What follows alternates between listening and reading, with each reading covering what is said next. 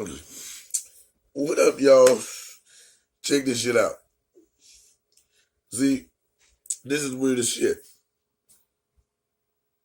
Okay. We have another school possible averted, didn't even happen school shooting situation. Now,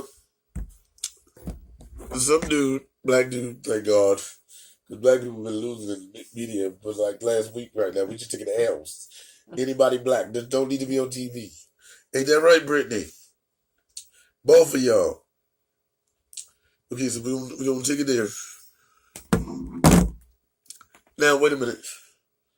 This could be fake though, because it was averted. Nobody got shot, nobody got hurt, and we didn't see it actually happen. Okay, but let's do that. Let's get it. Scene that's become all too familiar. Police in Portland, Oregon responded to a 911 call just before noon on Friday. A man armed with a shotgun spotted near Parkrose High School. I just knew to just leave because I didn't want to get hurt. When police arrived on the scene, the suspected gunman, an 18-year-old student, had already been subdued. The suspect is now in custody. Staff members confronted the person with the gun, and staff members wrestled him to the ground. Lowe told the Oregonian, "I'm happy I was able to be there for the kids and for the community." Parents anxiously waited to get news from their children. Officers are trying, you see them coming in groups, SWATs going into the school, and I'm just panicking looking for my child. You never think it's going to happen to you. It's just way too close. It's quite emotional. I mean, even though my son said he's safe, it's just, it's just a horror that it just doesn't stop. Students and parents thankful no one was hurt, but still coping with another school scare.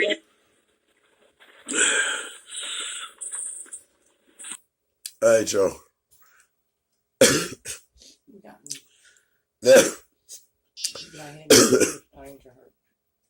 shut up. Shut up.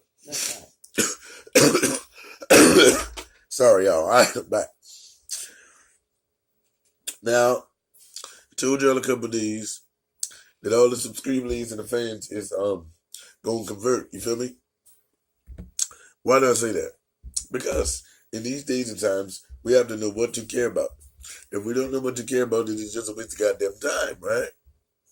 So, you hear that story, right? Okay, as we know, what happened to Ivory Brown, that was crack rocks, right? That was rocks. And she had a pimp named Slickback. But we all know that's what it was. It came out there with the will, though. What, 5 rappers was killed, same thing. Then we had the other school shooting. Now, I know somebody gonna be mad at this line, but I don't give a fuck. Do you know what makes a school shooting, school shooter, not the shooting itself, but the shooter exciting? It is the removed version of stoicism. Why do I say that?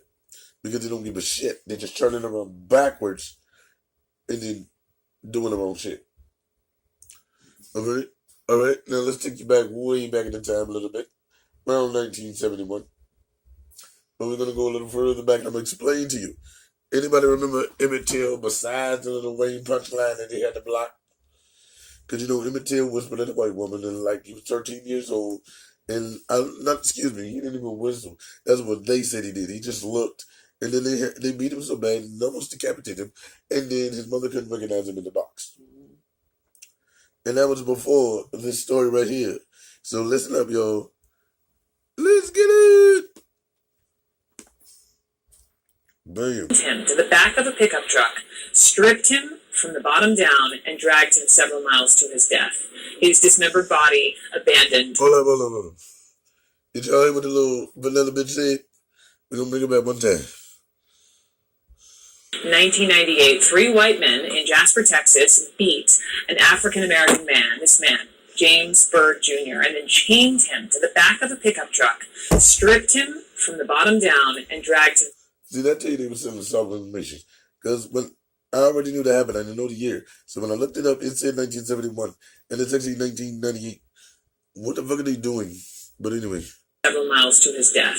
His dismembered body abandoned on a dirt road. Whoop.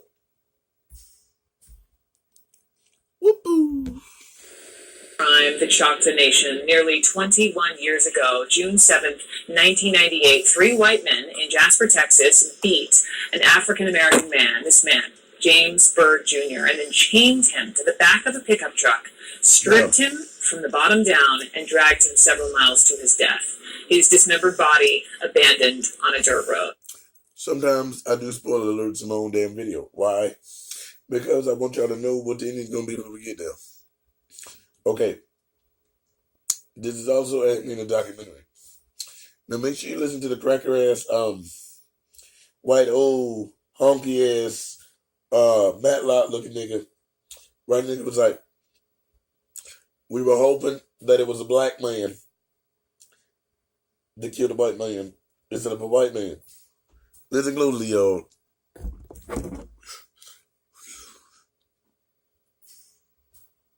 Charlotte chapters 1 coming out very soon. The Bible, yo. The Bible on gang. Let's go. Whoop. Road. All 3 were convicted. One received life in prison, Sean Berry, but the other 2 received death sentences. And Russell Brewer has already 21 years ago, June 7th, 1998, 3 white men in Jasper, Texas beat an African American man, this man, James Byrd Jr., and then chained him to the back of a pickup truck, stripped him from the bottom down, and dragged him several miles to his death. His dismembered body abandoned on a dirt road. All 3 were convicted. One received life in prison, Sean Berry, but the other 2 received death sentences. And Russell Brewer has already been executed, but tonight the convicted ringleader, John William King, is set to die by lethal injection. And this brutally racist hate crime and its aftermath have been documented in a film called Two Towns of Jasper. When we come down that hill walking this way, to be honest with you, I didn't see those drag marks go down this little old logging road. And we started walking, and the further we walked down that road, the more evidence we found. We found the tank top and t-shirt that he was wearing. We found both of his shoes. We found his dentures. And then we found the billfold. And that's when I knew that it wasn't going to be a hit-and-run accident. I knew it was a black man that was dead. Hoping that it was a black man that had killed him.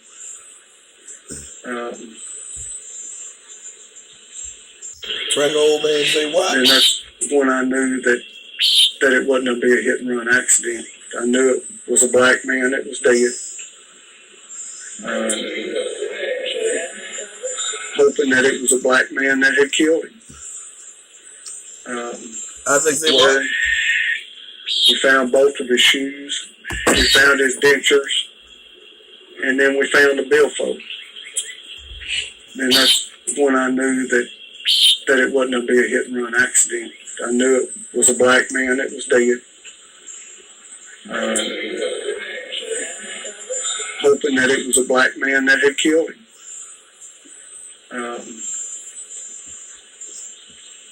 But it didn't turn out that way. Damn. Whitney Dow, co-director and co-producer of Two Towns of Jasper, is here with me ahead of this execution tonight. And so just first to you on just justice in this awful, awful case. I mean, you're still in touch with people in Jasper. You were, so deeply entrenched in this whole story. Do you feel that people you're talking to feel that justice is being served? Some do and some don't. I think a lot of it's funny. It's like the film for those of you who don't know. The film, way we structured it is I made it with my partner Marco Williams. I lived in town for a year with a white film crew. He's black. He lived in town with a black film crew, and we just interviewed people of our own race and sort of followed the 3 trials. And so that was because there was such a divide in the community. And of course, the divide is still there. Like the white community really. Listen, y'all.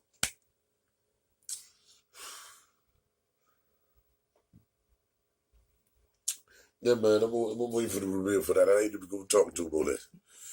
Let the cracker ass nigga do that. Let him do that. Let him do that. What you think, Cracker? Is not marking this event. They want this all to be in the past. They feel that this is some sort of horrible blot on their community. And I think the black community feels like this is finally a measure of justice. You have to remember that James Byrd, I think, was the first black person convicted of killing a white person since the Civil War and given the death penalty. So this was a big, big deal when he got the death penalty. The families of at least 3 of Bird's sisters do plan to attend the execution, is what I've read. Some of his relatives that you were talking to me in commercial break, they don't want the death penalty. Sister Luvon Harris, who is going, is quoted as saying, this, quote, there's closure in a sense that justice was served, but the reality of the impact that is created for a family is that James is gone forever. I don't think anything could close that chapter. You've been talking to people who will be there tonight. Yes, I think Betty Bodner is going to be speaking at St. Michael's Catholic Church in Jasper tonight. You know,